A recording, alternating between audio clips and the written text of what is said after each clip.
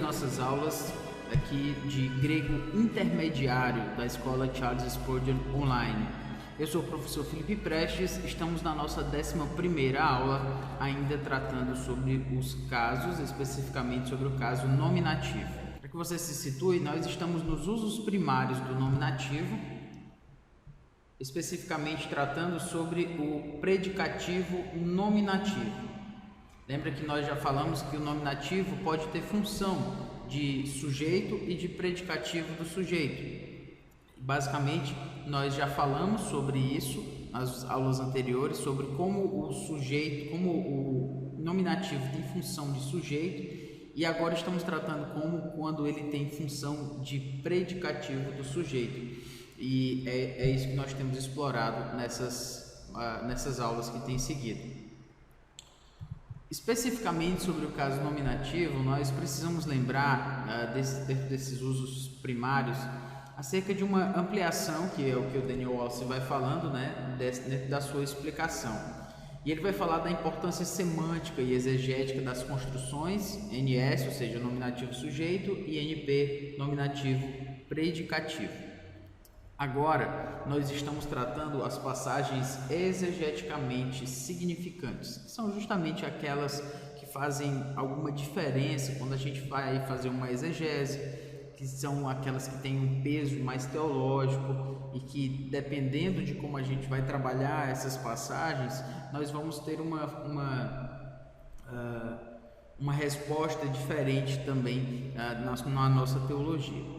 Então, começando aqui com 1 João, um texto muito conhecido, Ho Theos Agape Estin. Ho Theos Agape Estin.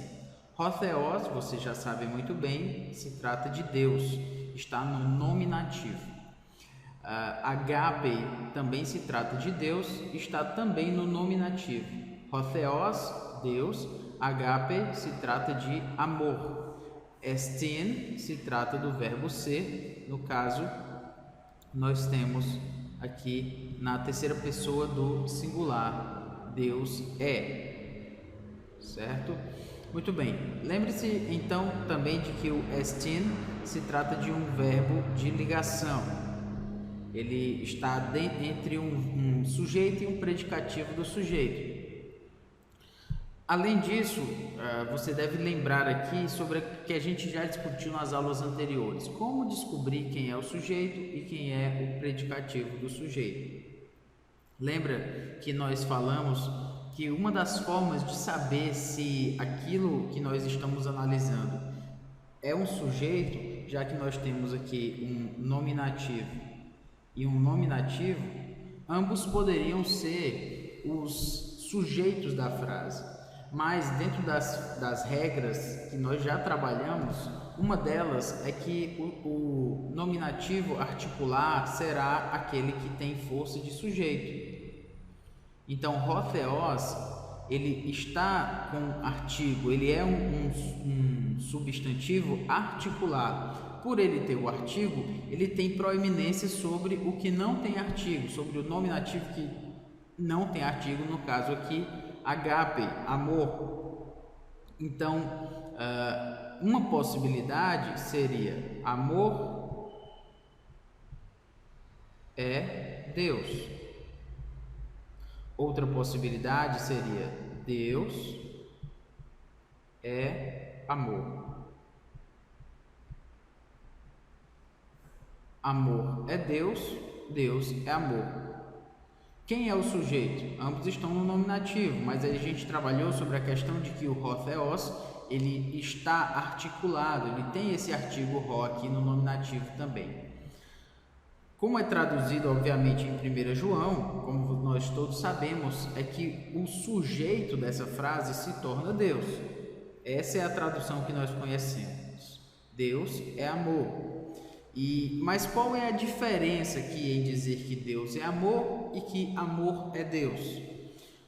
O que nós podemos explicar é que um dos atributos de Deus é amor, certo?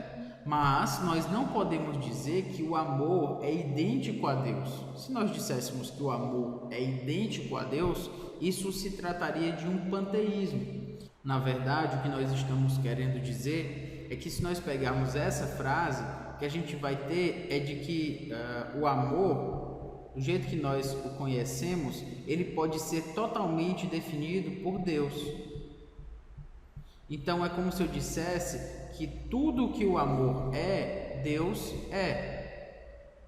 Mas isso é um panteísmo, porque eu não posso dizer que essa atitude, né, ou esse sentimento, como você queira definir o amor, mas eu não posso dizer que Deus é só isso. Se eu digo que o amor é Deus, então eu estou tornando um sentimento ou uma atitude, é melhor dizer uma atitude, né, a atitude de amar, e que isso é um Deus. Quando eu digo que amor é Deus, eu estou dizendo que essa atitude é um Deus. E eu estou atribuindo a divindade a uma atitude. Eu estou fechando o círculo, né? Na verdade, eu estou definindo essa atitude como sendo divina, como tendo atributos divinos. E isso é idolatria até, né? É panteísmo. Eu pegar várias outras atitudes, isso daria margem para a gente pegar várias outras atitudes e chamá-las de Deus também. Então, a gente está discutindo aqui sobre nominativo predicativo e nominativo sujeito. Aí você poderia pensar que isso é só mais uma categoria gramatical, mas não é só mais uma categoria gramatical. Na verdade, faz toda a diferença, porque se você diz que amor é Deus, você está dizendo que essa atitude é divina, então você está incorrendo em um erro teológico. Exatamente por isso, a tradução ela é mais coerente, especialmente gramaticalmente por conta do artigo, mas para que a gente entenda a relevância dessas questões, dizer que Deus é amor. Porque perceba a diferença, quando eu digo que Deus é amor, eu digo que Deus, esse ser aqui, ele tem algumas características, alguns atributos, certo? Eu posso dizer que Deus é justiça, eu posso dizer que Deus é santidade, mas olha, além de tudo isso, Deus também é amor. Então agora eu não fechei a categoria amor dentro do que tudo que Deus é. Eu estou dizendo que Deus tem alguns atributos, entre eles o de ser amor. Então, isso faz toda a diferença. Se eu digo que amor é Deus, então eu fechei a categoria aqui. Tudo que o amor é, Deus é. Então Deus não pode ser mais nada além de amor, certo? E nada mais pode ser outra coisa dentro do amor além de Deus. Então fica eu sei que parece uma questão meio filosófica, né, e tal, mas é bem mais simples do que isso. É só você pensar em termos de atributos. O amor, existe uma forma de amor que pode ser dificultosa, certo? Mas Deus é aquele ser que tem a sua santidade, a sua justiça e o seu amor. Então é mais fácil explicá-lo dentro dessas categorias, mostrando que ele é um ser maior que tem alguns atributos. Então, quando a gente olha para tudo isso, a gente olha para 1 João 4,8 e a gente entende, não só gramaticalmente, mas teologicamente, porque o nominativo sujeito, porque o hotheos é nominativo sujeito e o agape é nominativo predicativo. Exatamente porque, se nós trocarmos os dois, nós vamos incorrer em um grande erro teológico, atribuindo divindade a uma atitude e não ao próprio Deus. Então, espero que você tenha percebido aí essa questão que faz toda a diferença nessas questões aí do nominativo sujeito e do nominativo predicativo. Vamos para uma outra passagem agora. A passagem é essa de João capítulo 1, versículo 1, que nós já temos tratado aqui e que é uma passagem extremamente importante, especialmente na questão da cristologia. Hologos en proston theon kai theos en hologos. O verbo estava com Deus e o Verbo era Deus. Vamos pensar um pouco aqui sobre essa categoria que nós temos, tá? De passagens exegeticamente significantes. Hologos, você já sabe, já deve perceber pelo ômicron sigma que você tem aqui, que se trata de um nominativo. En proston theon, então o verbo estava com Deus, é uma construção aqui, estava, e proston seria com Deus, no sentido de companhia, mas o que eu quero chamar a sua atenção é para theos en hologos. Hologos novamente aqui, nominativo, e theos, como você aqui percebe, também nominativo. E aí nós temos a seguinte questão. O kai, você sabe, se trata da partícula i, e o en é o verbo estin no passado, né? Então, era. Muito bem. Hologos en proston theon, kai theos en hologos. E Deus era o verbo, ou e o verbo era Deus. Qual é a frase correta?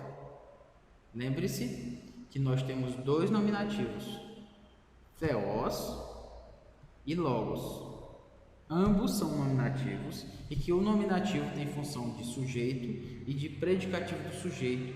E quando os dois estão ligados a um verbo de ligação, então nós vamos ter que descobrir gramaticalmente, sintaticamente e teologicamente também quem é sujeito e quem é predicativo do sujeito. No caso, e o verbo era Deus, é a forma como nós já temos descoberto, aliás, nós já sabemos por conta da versão em português.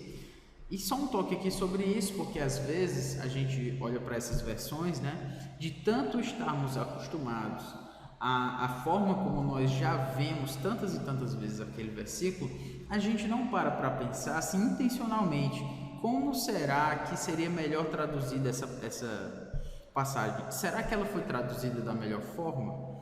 E entenda aqui que eu não estou querendo dizer que você relativize as versões bíblicas, muito menos que você chegue lá na sua igreja e diga assim: olha, irmãos, essa tradução aqui ela está errada. Não faça isso. Isso é um outro assunto que eu talvez me atenha em outro momento para falar sobre. Mas só para que você não faça isso lá na sua igreja, dizendo quando você estiver pregando, ensinando e dizendo que as versões bíblicas estão erradas, pois isso causa um mal terrível na igreja, certo? Mas o que eu quero chamar a sua atenção é que você mesmo, não precisa falar para a congregação, no púlpito, mas você como estudioso, especialmente estudioso das línguas bíblicas, você tem que considerar as traduções. E você tem que considerar, será que essa tradução pode ser melhor trabalhada? Será que ela pode ser melhor feita? Um dia eu conversei com um casal que traduz a Bíblia para uma língua africana. E eles falam português, mas traduzem a Bíblia para umas outras línguas. Eles são missionários da Novas Tribos do Brasil, que tem trabalho também com a Wycliffe Institute, que trabalha com tradução de Bíblias, da palavra de Deus para línguas, dialetos, onde a palavra de Deus ainda não chegou na sua inteireza. E eles estavam me dizendo que quando eles estão no processo de tradução da Bíblia, existe um lema lá que eles muitas vezes ouvem, que é que as coisas precisam ser feitas e não precisam ser perfeitas. E o que eles querem dizer com isso? É justamente que quando você está traduzindo a Bíblia, você pode trabalhar naquele versículo dezenas, centenas de vezes, até aquilo ficar a melhor forma como você acha. E se você quiser trabalhar mais, você ainda vai poder trabalhar mais. E aquilo ainda vai poder ficar ainda melhor. E, enfim, você entendeu. O ponto é que eles precisam que a Bíblia termine, no sentido de que eles precisam concluir o trabalho. E eles não têm como passar tantos e tantos e tantos e tantos anos trabalhando um versículo só, ou 2 versículos, ou um capítulo, porque eles precisam que a palavra de Deus chegue àquele povo. É claro que nós estamos falando aqui de pessoas que estão fazendo a primeira tradução, e em português nós já temos dezenas de traduções que já foram atualizadas, revisadas, corrigidas, enfim. Mas o fato é que elas podem melhorar, especialmente quando nós tratamos de um aspecto chamado dinamicidade da língua, que é quando a língua vai mudando através do tempo e tal. E com relação a isso, as versões também vão muitas vezes mudando. A questão é que, embora a nossa língua mude, o grego não muda. E a gramática do grego também não muda. O que muda muitas vezes é a nossa compreensão dessa gramática, mas a gramática está lá, foi a gramática que os escritores utilizaram. Enfim, por que eu estou falando toda essa questão? Eu estou falando que, intencionalmente, nós precisamos pensar, especialmente aqueles textos que são mais, que são textos que eu preciso trabalhar mais, aquele texto que talvez seja a sua exegese, aquele texto que talvez esteja dentro de uma série de sermões que você vai pregar, que talvez seja o versículo-chave do livro que você está pregando. Talvez esse versículo precise de uma atenção especial, aquela atenção que você tem que olhar lá no grego para saber como seria talvez uma tradução melhor. Se eu estivesse traduzindo esse texto para o português, como eu traduziria? Por que esse sujeito foi traduzido? Por que não foi o predicativo do sujeito? São 2 nominativos. Qual é a questão aqui? Por que ele tomou essa decisão? E é isso que eu quero falar quando eu chamo de uma análise. Quando eu chamo de uma análise intencional. É dizer para você que quando o autor bíblico ele utilizou aquela construção e o tradutor da Bíblia foi traduzir aquilo para uma versão, vamos dizer, em português, ele teve uma intenção. Aquilo não foi por acaso. Você quer achar exatamente essa causa com esses versículos. É claro que você não vai conseguir fazer isso com cada versículo, porque senão você não vai fazer outra coisa da vida. Mas existem alguns textos que você vai ter que fazer isso, quando são versículos chaves para a sua compreensão de um texto maior, quando tem a ver com talvez uma doutrina específica que você esteja trabalhando e aquele texto vai fazer uma grande diferença. Lembra o anterior, né? Deus é amor, amor é Deus. Faz toda a diferença. Mas eu sei que Deus é amor, é a versão bíblica que a gente conhece. Nós conhecemos essa versão bíblica. Mas por que o autor bíblico traduziu Deus é amor? Ele poderia ter traduzido amor é Deus. Existe uma razão, e é essa razão que a gente está querendo achar aqui. Então, quando eu estou falando aqui, por exemplo, e o verbo era Deus, por que o autor bíblico, por que o tradutor da Bíblia não traduziu e Deus era o verbo, ao invés de o verbo era Deus? Nós temos 2 nominativos. Então, se nós temos 2 nominativos, e até mesmo a ordem das palavras aqui é kai theos, e Deus era o verbo.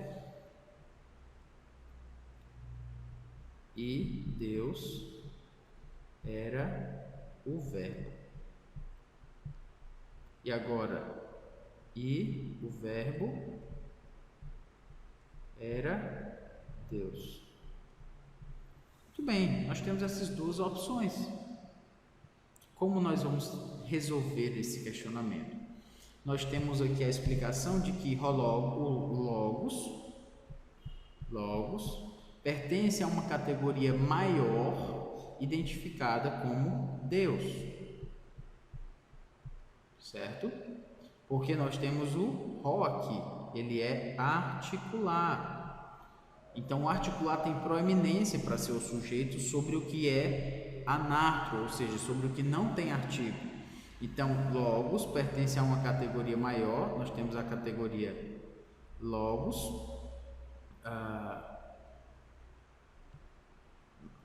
Nós temos na verdade uma categoria chamada theos. E dentro dessa categoria Theos, existe uma categoria aqui chamada Logos. Existe um ser que está contido dentro desse conjunto maior chamado Theos, que é Logos. Esse Logos aqui está dentro dessa categoria maior chamada Theos. Qual é a diferença que isso faz? Toda. O que o Daniel Wallace vai nos lembrar é que essa construção enfatiza mais a natureza do verbo do que a sua identidade. O verbo é verdadeiramente divino. Ele verdadeiramente tem uma qualidade divina, mas ele não é a mesma pessoa que Deus, que Theos. Entende? O que ele está querendo mostrar para a gente aqui? O autor bíblico, João, ele escolheu intencionalmente dar o artigo aqui para Logos, exatamente porque ele queria enfatizar a qualidade, a natureza, melhor dizendo, né, falando mais teologicamente, a natureza desse verbo, a qualidade desse verbo. Ele não está falando da sua identidade. Ele não está dizendo, a questão aqui não é quem é o Logos, mas qual é a principal característica desse Logos. O que como esse Logos, ele quais são as atribuições, a principal atribuição desse Logos? É que ele é Theos, é que dentro da categoria maior Theos, Logos está inserido. Então nós estamos falando de natureza, de característica e não necessariamente de identidade. Porque se estivesse falando de identidade e eu dissesse que Theos, que Deus era o Logos, então eu estou definindo claramente que Theos e Logos são a mesma pessoa.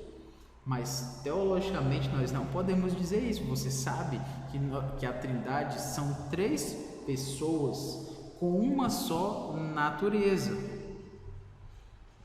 Então talvez você nunca tenha pensado sobre 1 João capítulo 1, versículo 1 dessa forma. Essa é uma declaração teológica de uma profundidade tremenda.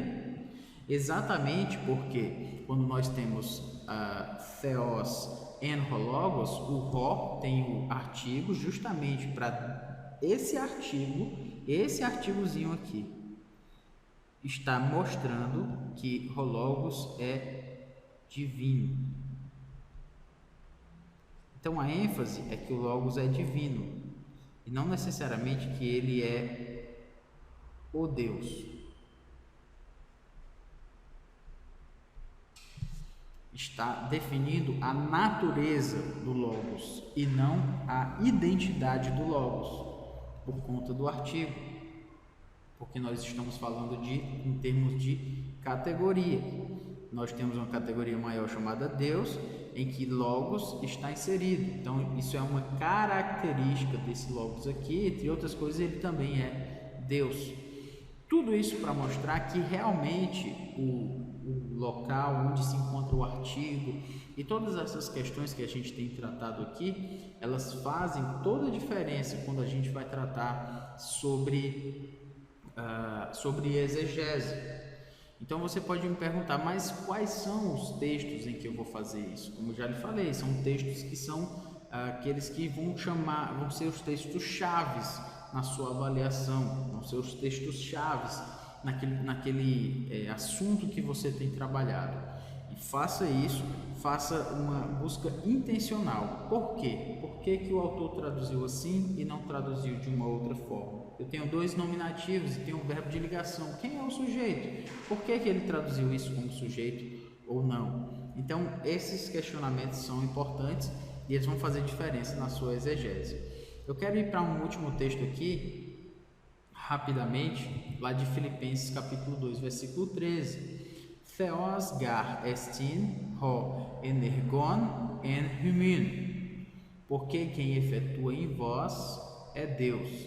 Geralmente as versões traduzem como porque é Deus quem efetua em vós, mas nós temos aqui Theos E nós temos aqui ho energon, que é um substantivo no particípio, mas com uma função de, na verdade, com uma morfologia, né, uma forma no nominativo. Nós temos o nominativo, e aqui nós temos o verbo de ligação, o verbo estin. Então, é Deus, porque Deus é quem efetua em vós, ou é aquele que efetua em vós é Deus. E o que, na verdade, vai se mostrar, e o que o Daniel Wallace apresenta para a gente, é que apesar de muitas versões usarem theos, ou seja, Deus é quem efetua em vós, como nominativo sujeito, porque Deus é quem efetua em vós, é assim que geralmente as versões traduzem, ele vai dizer que o particípio substantivado, esse aqui que eu já mostrei para vocês, o particípio substantivado, ho energon, é o nominativo sujeito. Ou seja, o que ele vai defender é que a tradução deve ser assim. Aqui nós temos o sujeito e aqui nós temos o predicativo do sujeito. Quem efetua é sujeito. Deus é o predicativo do sujeito. Então ele inverte a ordem para dizer que porque quem efetua em vós é Deus. E o que ele vai dizer é que há uma diferença entre hotheos e theos. O theos anartro parece ser mais qualitativo. Paulo enfatiza, portanto, mais o poder de Deus do que a sua pessoa.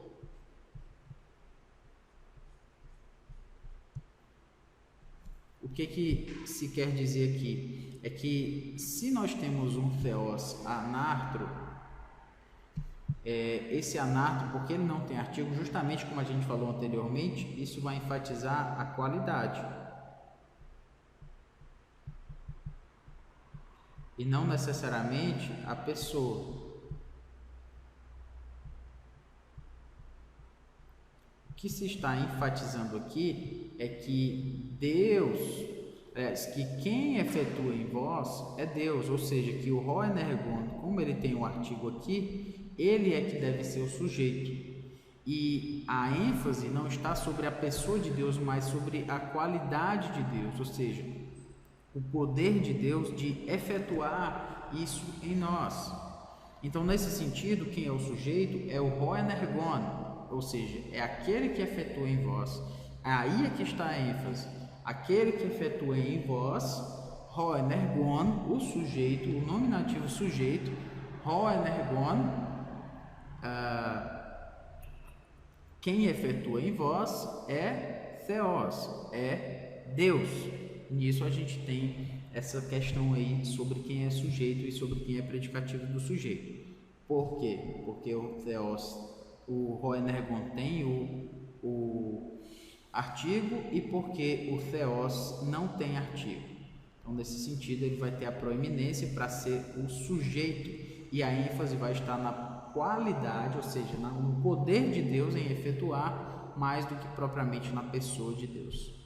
Ok? Então, espero que você tenha entendido aí. Qualquer coisa vai voltando. O importante é você entender esse contexto maior, que é sobre o sujeito, o predicativo do sujeito, o nominativo e tal. Espero que você esteja gostando dessas aulas e que Deus lhe abençoe. Até mais.